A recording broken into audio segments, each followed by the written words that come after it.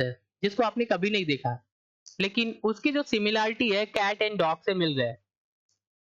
और आपको बताना है कि बताइए ये जो जानवर है वो कैट होगा या डॉग होगा। तो आप क्या करेंगे, उस जानवर का जो भी फीचर्स है एक बार कैट के फीचर से मैच कराएंगे, एक बार क्या करेंगे डॉग के फीचर से मैच कराएंगे।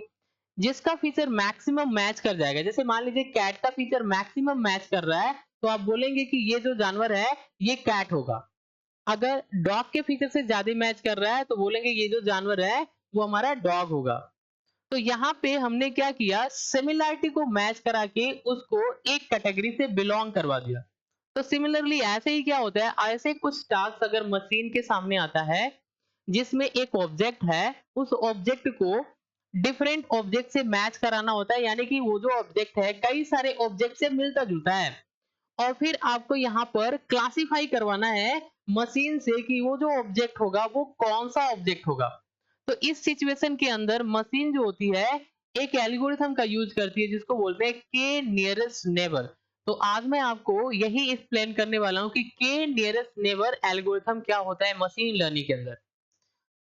तो के नियरेस्ट नेबर एल्गोरिथम जो होती है सिंपली मशीन लर्निंग एल्गोरिथम होती है, सिंपलेस्ट मशीन लर्निंग एल्गोरिथम होती है जो बेस्ट जो होती है सुपरवाइज लर्निंग टेक्निक पे। केएनएन जो होता है बेसिकली ये क्या करता है, जो भी हमारे पास जो न्यू डेटा सेट होता है उसकी जो सिमिलरिटी होती है वो कई सारे जो भी अवेलेबल कैटेगरी होती है उस कैटेगरी से मैच कराता है, और जिस कैटेगरी में सिमिलरिटी अधिक मैच हो जाता है उसी कैटेगरी में उसको न्यू डेटा को पुट कर देता है। कैनन जो होती है बेसिकली रिग्रेशन एंड क्लासिफिकेशन दोनों के लिए यूज होते हैं, बट मैक्सिमम जो होती है कैनन क्लासिफिकेशन प्रॉब्लम के लिए इस्तेमाल किए जाते हैं। कैनन को नॉन पैरामीट्रिक एल्गोरिथम भी बोलते हैं। नॉन पैरामीट्रिक एल्गोरिथम क्यों बोलते हैं, क्योंकि ये जो होती है जैसे मान लीजिए हमारे पास कोई भी डेटा है, उस डेटा के अंदर जो भी फीचर्स है उसमें ये एजप्शन जो भी अंडरलाइंग फीचर्स होता है इसमें क्या करता है, ये एजप्शन करता है, सिमिलरिटी को केवल मैच कराता है। उस पर कोई अवधारणा जो होती है यानी कि कोई भी धारणा नहीं बनाता है, यानी कि उसकी जो सिमिलरिटी होती है उसको मैच कराता है। इसलिए हम लोग बोलते हैं कैनन को नॉन पैरामीट्रिक एल्गोरिथम।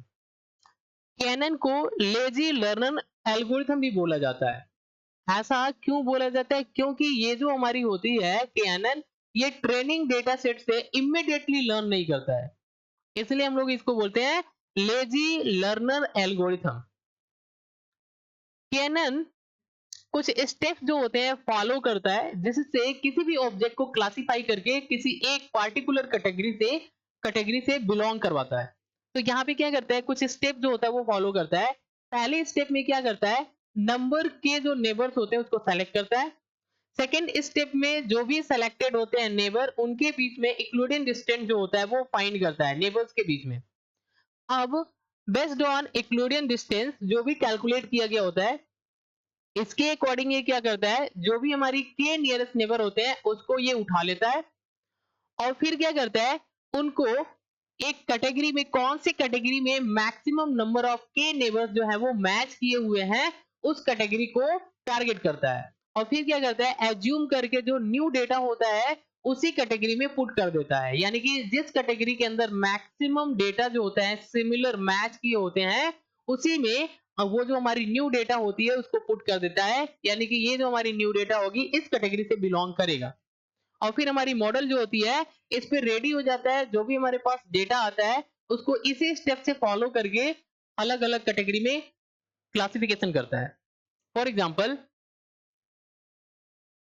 जैसे मान लीजिए यहाँ पे हमारे पास दो एक्सिस है x1 x2, और ये हमारे पास एक कैटेगरी है, डेटा का एक कैटेगरी है कैटेगरी ए, ये हमारे पास एक डेटा का कैटेगरी है कैटेगरी बी।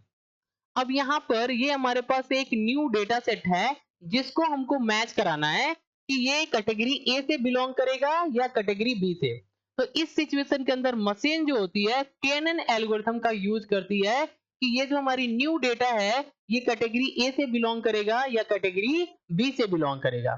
तो क्या करता है, यहाँ पे सबसे पहले ये category A and category B को एज ए सैंपल एक टारगेट करता है कि ये बी है एंड ये पॉइंट ए है। पॉइंट ए पे जो भी हमारी ये पॉइंट इंटरसेक्ट हो रही है, जैसे यहाँ से x1 है और यहाँ से क्या है y1 है, तो यहाँ पे हमको पॉइंट मिल गया x1 comma y1 point A पे। पॉइंट बी पे इंटरसेक्ट वाली जो पॉइंट है x2 एंड y2 है, तो यहाँ पे हमारे पास पॉइंट मिल गया f2 कामा y2। अब इन दोनों के बीच में पॉइंट ए एंड बी के बीच में इक्लूडियन डिस्टेंस जो होता है ये केनन क्या करता है, फाइंड करता है। इक्लूडियन डिस्टेंस किस तरीके से निकाले जाते हैं, ए एंड बी के अंदर इक्लूडियन डिस्टेंस अगर फाइंड करना है ए और बी के बीच में, तो यहाँ पे इसका फॉर्मूला होता है under root x2 minus x1 का whole square plus y2 minus y1 का होल स्क्वायर। अगर हम क्या करते हैं, यहाँ पे हमारे पास x1 y1 x2 y2 का कोई भी डेटा यहाँ पर अवेलेबल होगा, तो उसको हम क्या करेंगे, उस वैल्यू को इस फार्मूले के अंदर पुट कर देंगे, तो हम बहुत ही आसानी से इक्लूडियन डिस्टेंस जो होता है ए एंड बी के बीच में फाइंड आउट कर पाएंगे। अब बेस्ड ऑन दैट जो भी हमने इक्लूडियन डिस्टेंस फाइंड किया है, इसके अकॉर्डिंग हम लोग क्या करते हैं, यहाँ पे जो हमारी category A and category B के अंदर जो हमारी डेटा अवेलेबल होती है, तो इसके समीप जो हमारी न्यू डेटा है, इस न्यू डेटा से सिमिलर डेटा जो सिमिलर फीचर मिल रहे होते हैं, जो इसके करीब में होते हैं, उसको हम लोग सेलेक्ट करते हैं। जैसे मान लीजिए ये डेटा जो है इससे सिमिलर है, इसको सेलेक्ट कर लिया, ये डेटा है जो इससे सिमिलर है, इसको सेलेक्ट कर लिया, और ये डेटा सिमिलर है तो इसको सेलेक्ट कर लिया। सिमिलरली कैटेगरी ए के अंदर ये डेटा, ये दोनों डेटा जो है इससे सिमिलर है, तो इन दोनों को सेलेक्ट कर लिया। तो अब यहाँ पे क्या करता है केएनएन, हमारा जो भी सेलेक्टेड डेटा होता है इसको मैच कराता है कि कैटेगरी ए के अंदर मैक्सिमम डेटा सेलेक्टेड है या कैटेगरी बी के अंदर। जिस भी कैटेगरी के अंदर मैक्सिमम डेटा सेलेक्टेड होता है, ये क्या करता है मशीन, उसी में से ये जो न्यू डेटा होती है उसी कैटेगरी में पुट कर देता है। मतलब क्या है कि ये जो हमारी न्यू डेटा है इसको क्लासिफाई करेगा मशीन यूजिंग केएनएन, तो ये क्या करेगा, इसको बी कैटेगरी से बिलोंग करवाएगा। मतलब कि ये हमारी जो डेटा है ये बी कैटेगरी का है। क्यों, क्योंकि यहाँ पे जो है सिमिलर फीचर मैक्सिमम जो है यहाँ पे मिल रहे हैं, इसलिए ये कहाँ पे जाएगा, बी कैटेगरी से। ओके, तो आई होप आपको समझ में आया। आज के लिए बस इतना ही। Thanks for watching. अगर ये वीडियो इन्फॉर्मेटिव लगे तो चैनल को सब्सक्राइब करिए एंड शेयर करिए। Thanks for watching.